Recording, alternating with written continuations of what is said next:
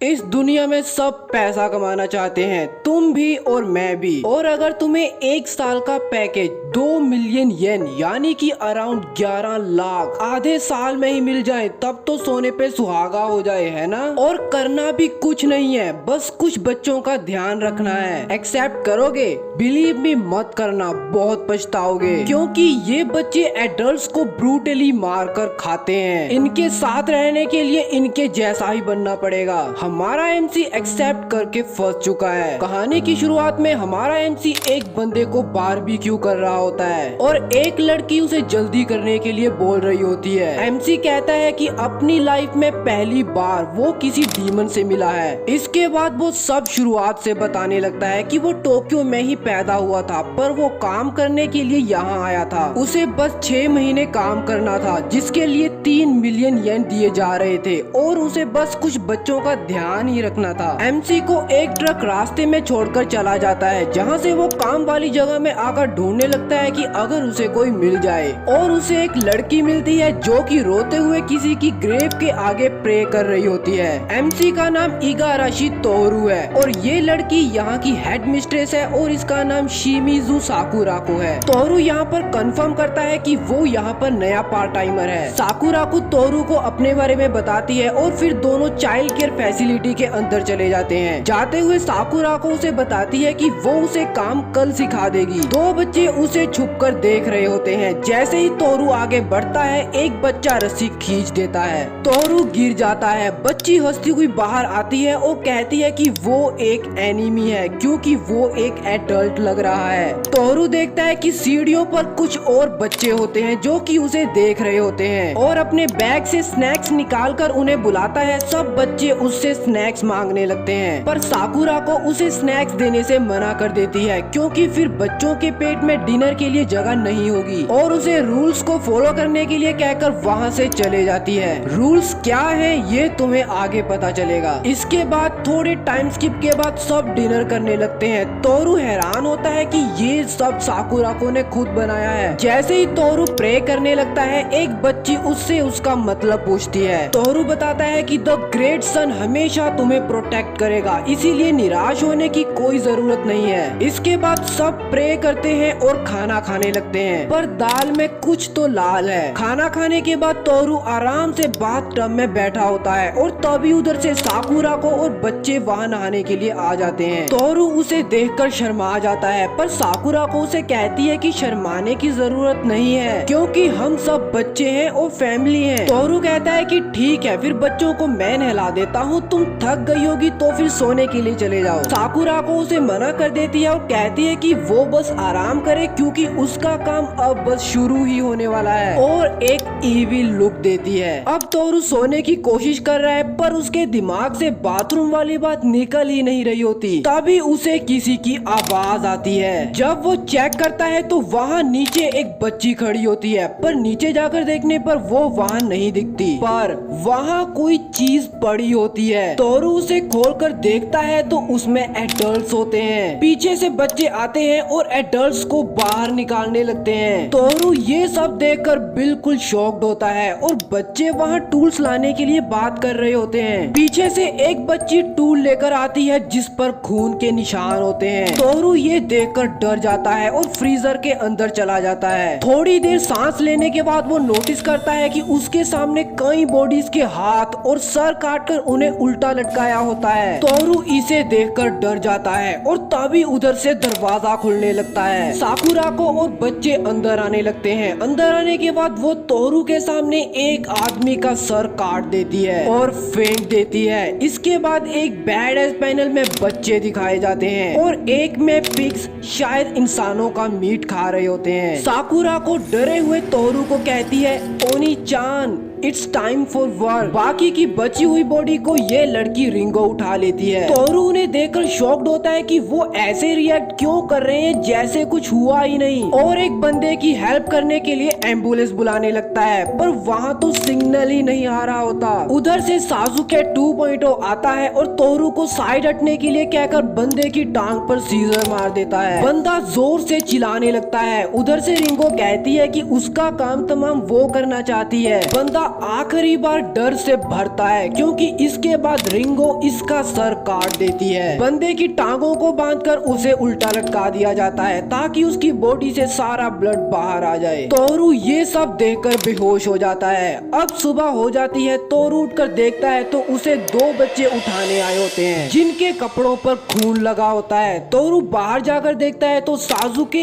एक बंदे की बॉडी के हाथ काट रहा होता है और एक हाथ किसी को पील करने के लिए दे देता है। इसे देखकर वो डिस्गस्टेड फील करता है और पूछता है कि ये कैसी जगह है। बच्चा बताता है कि ये उनका घर है, एक ऐसी जगह जहाँ वो एडल्ट्स को पनिश करते हैं। इसके बाद तोरू बाथरूम में उल्टी कर रहा होता है। वहाँ साकुरा को आ जाती है जो कि उसका हाल चाल पूछकर उसे एक डेलिकेट चाइल्ड कहती है क्योंकि उसके अकॉर्डिंग ये सब नॉर्मल है। तोरू का तो काम ही बच्चों के साथ लोगों की बॉडी को अंदर से खाली करना है और उसे बताती है कि वो 10 साल से ये करती आ रही है और सारे सबूतों को मिटाती आ रही है। यहाँ से हमें एक फ्लैशबैक मिलता है जहाँ हेड मिस्ट्रेस को कुछ एडल्ट्स रेप कर रहे होते हैं और इस सीन को याद रखना क्योंकि आने वाले पार्ट्स में तुम्हें इसके बारे में कुछ सरप्राइजिंग पता चलेगा। इसके बाद हम फिर से प्रेजेंट में आ जाते हैं जहाँ तोरू कहता है कि वो तो ऐसा नहीं करेगा बल्कि वो तो यहाँ से निकल लेगा। साकुरा को ये सुनकर उसकी टांग पर नाइफ मार देती है और बिल्कुल गुस्सा होकर कहती है कि जो बच्चे भागने की कोशिश करते हैं या जो किसी को मार नहीं सकते उन्हें इलिमिनेट कर दिया जाएगा। तोरू अपनी जान बचाने के लिए उसकी बात मान लेता है जिसे सुनकर साकुरा को रोने लगती है और उससे माफी मांगती है। लेकिन उसे रोते हुए एक बच्ची देख लेती है जो कि तोरू को मारने के लिए तैयार होती है पर उसका भाई उसे रोक लेता है। इन दोनों भाई बहन को भी याद रखना क्योंकि आने वाले पार्ट्स में इनके बारे में भी कुछ सरप्राइजिंग पता चलेगा। साजुके कहता है कि उन्हें तोरू की कोई जरूरत नहीं है क्योंकि वहाँ कोई ऐसा आने वाला था जिसे बॉडीज के साथ काम करने की आदत है पर साकुरा को कहती है कि उसे आदत पड़ जाएगी जिसे सुनकर साजुके की बहन उसे चेक करने के लिए कॉपी कैट गेम सजेस्ट करती है। साजुके मान जाता है और एक एडल्ट वुमेन को वहाँ ले आता है और उसकी आंख में एक चम्मच मार देता है। वुमेन चिल्लाने लगती है पर क्रूएल साजुके उसकी आंख बाहर निकाल देता है। जिन्होंने पंपकिन नाइट देख रखा है उन्हें फर्स्ट चैप्टर याद आ गया होगा। साजुके कहता है कि अब ऐसा करने की बारी तोरू की है। Copy cat game begins.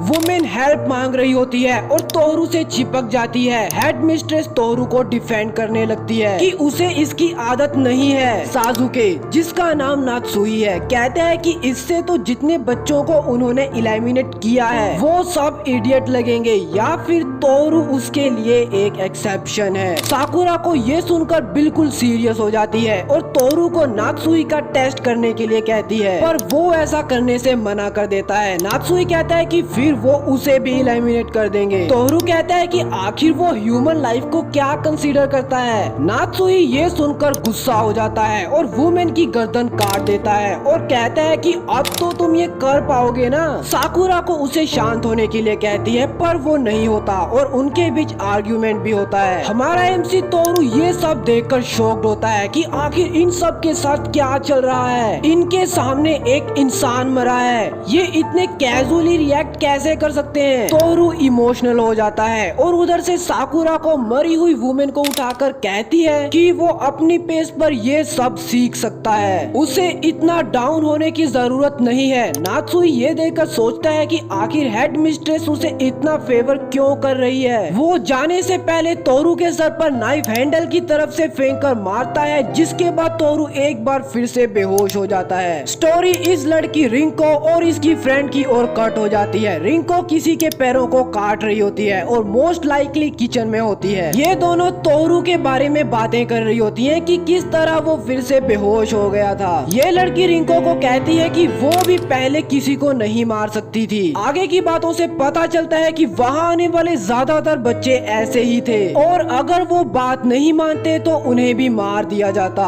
तभी ये दोनों नोटिस करते हैं कि वहाँ से साकुरा को गुजरी है। रिंको चेक करने के लिए जाती है और तोरू के रूम में में जाकर कहती है कि तुम मैन होने के बाद भी इतने वीक हो और तुम बस इसीलिए जिंदा हो क्योंकि हेड मिस्ट्रेस तुम्हें लाइक करती है। तोहरू कहता है कि तुम बच्चे यहाँ से भागे क्यों नहीं। रिंको सैड होती है। तोहरू कहता है कि वो घर जाना चाहता है। ये बच्ची ये सुनकर डर जाती है और रिंको ये जो भी है गरम है इसे उठाती है और तोहरू के फेस पर डाल देती है। तोहरू चिल्लाने लगता है। रिंको गुस्से में कहती है कि वो लकी है क्योंकि उसके पास घर है, लेकिन वहाँ किसी के भी पास ऐसी कोई जगह नहीं है जहाँ वो जा सके। ये दोनों रिंको को लड़ने से मना करने लगते हैं पर वो नहीं सुनती। बाय द वे इसका नाम आशीष है। उधर से साकुरा को आ जाती है और गुस्से से रिंको का नाम लेती है। रिंको वहाँ से भाग जाती है। साकुरा को तोरू को कहती है कि सब कुछ ठीक है, ज्यादा मत सोचो। स्टोरी रिंको की ओर कट हो जाती है जो कि बाथरूम में आ चुकी है और अपने कपड़ों के साथ अपनी विग भी उतार देती है, जिससे हमें पता चलता है कि वो एक लड़की नहीं बल्कि लड़का है। यहाँ से थोड़ा टाइम स्किप होता है और अब रात के बाद सुबह हो गई है और सोई हुई रिंको सपना देख रही है। वो अपनी माँ से पूछती है कि क्या वो सच में एक लड़की है। उसकी माँ हाँ बोलती है। पीछे से उसे उसका पापा आवाज लगाता है और फिर क्या करता है ये तुम खुद ही देख लो। रिंको अपने नाइटमेयर से बाहर आ जाती है और स्टोरी तोरू और बच्चों की ओर कट हो जाती है जो कि उसके जख्म को देख रहे होते हैं। ये बच्चे खुद मलहम पट्टी करने से मना कर देते हैं और मिराई को करने के लिए कहते हैं। मिराई मलहम पट्टी करते हुए तोरू को बताती है कि वो इसके अलावा कुछ नहीं कर सकती और वो किसी को नहीं मार सकती। और तुम्हें याद होगा जो किसी को नहीं मार सकता साकुरा को उसे खुद मार देती है। लेकिन फिक्र मत करो, आने वाले पार्ट्स में तोरू एक प्लान बनाने वाला है। तोरू मिराई को थैंक्स बोलता है पर वो डर जाती है। बच्चे तोरू को पिगी बैग देने के लिए कहते हैं पर तोरू को चोट लगी होती है, इसीलिए सब बाहर जाकर खेलना डिसाइड करते हैं। बाहर जाते समय रिंको मिलती है जो कि तोरू को इग्नोर कर देती है। तोरू उसे कल के बारे में माफी मांगने के बारे में सोचता है और तभी उसकी नजर वहाँ लगे एक पोस्टर पर पड़ती है जहाँ वो प्रोमिसेस लिखे होते हैं जो कि इस घर में सबको फुलफिल करने पड़ते हैं। तोरू को पहले 5 तो समझ आते हैं पर लास्ट वाले 3 अजीब लगते हैं। Never believe adults, always watch your back and never leave my side. बच्चों से पूछने पर उसे एक बताता है कि उसे उन्हें तोड़ना नहीं चाहिए। मिराई के 2 भाई इसी कारण मारे गए और रिंको भी इसी कारण कल खतरे में था।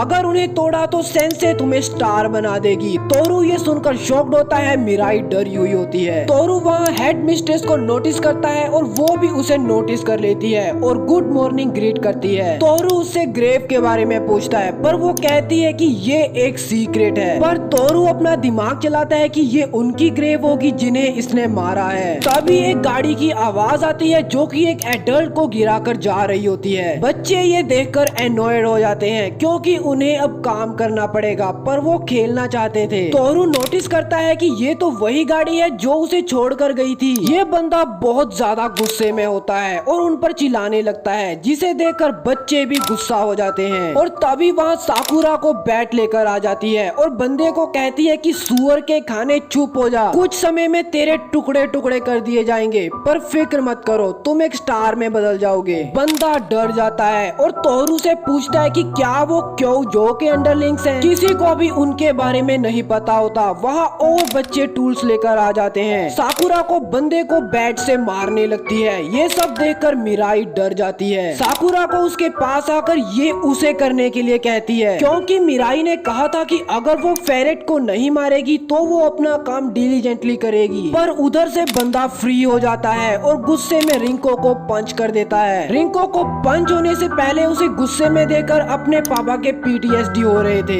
इसके बाद बंदा एक बच्चे को किक कर देता है और अब मिराई की बारी आती है। मिराई पहले ही डरी हुई थी पर उसे देखकर उसकी आंखों में आंसू आ जाते हैं पर तोरू उसे बचा लेता है। बंदा तोरू के गुस्सा करने पर कहता है कि उसे फर्क नहीं पड़ता अगर ये बच्चे हैं, ये बस एक सेल्फ डिफेंस है और तोरू का गला दबा देता है। बंदा सबको मारने के लिए तैयार होता है पर तभी एक गन शॉट उसके पास लगता है। बंदा सुन हो जाता है और नोटिस करता है कि बिल्डिंग से किसी ने उसको मारने की कोशिश की थी, जो कि कोई और नहीं बल्कि हमारा साजुके है। और तभी साकुरा को एक टूल से उसे मार देती है और डरे हुए बच्चों को शांत होने के लिए कहती है। आशीष कहता है कि उसे लगा आधे बच्चे इस बार भी मारे जाएंगे, यानी पास्ट में आधे बच्चे किसी ऐसे ही इंसिडेंट में मारे गए थे। मिराई तोरू को उसे बचाने के लिए थैंक यू कहती है और तोरू से कहता है कि वो उसे डेफिनेटली बचाएगा। क्या तोरू सच में मिराई को बचा पाएगा या फिर उससे पहले ही बाकी के बच्चों को या साकुरा को